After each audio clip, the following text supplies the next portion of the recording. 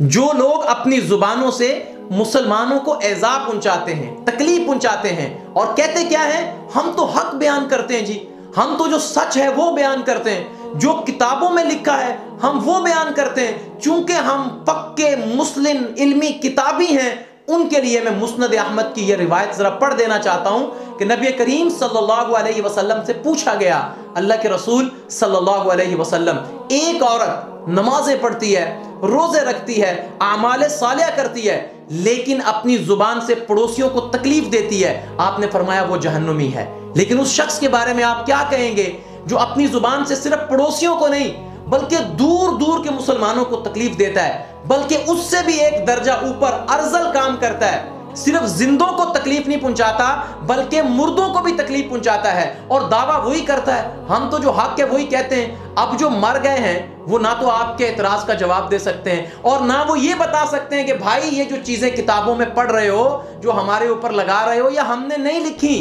ये तर्जमा करने वालों ने डाली हैं। अब कोई बाबा, कोई बुजुर्ग जिसकी किताबें दिखा दिखा के उनको गालियां देते हो, उनकी तौहीन करते हो और अपनी रोजी रोटी का सामान करते हो, वो तो बेचारे तुम्हें बता भी नहीं सकते कि इन तमाम खुराफात से हमारा कोई ताल्लुक नहीं है। ये जो हमारी कब्र पे भंगड़े डाल रहा है, ये जो हमारी कब्र के ऊपर आके चादरें चढ़ा रहा है, ये जो हमारी कब्र को सजदे कर रहा है, ये हमने नहीं कहा, हमारी तालीमात इससे मुख्तलिफ हैं। तो मुझे बताओ, इस सब के बावजूद क्या एक मुसलमान को ज़ेब देता है कि वो अपनी जुबान के साथ सिर्फ पड़ोसियों को नहीं, दूर वालों को भी तकलीफ पहुंचाए, सिर्फ जिंदों को नहीं बल्कि मुर्दों को भी तकलीफ पहुंचाए? मुस्नद अहमद की यह रिवायत तो यही कहती है, जुबान से पड़ोसियों को तकलीफ पहुंचाने वाला जहन्नुमी है। हदीस की रोशनी में आप खुद समझ सकते हो, सारे मुहद्दिस हो, हदीसें पढ़ते हो, खुद समझते हो, इस हदीस को पढ़ के भी तो समझो कि जुबान के शर से किसी मोमिन को, किसी मुसलमान को तकलीफ पहुंचाने वाला क्या है।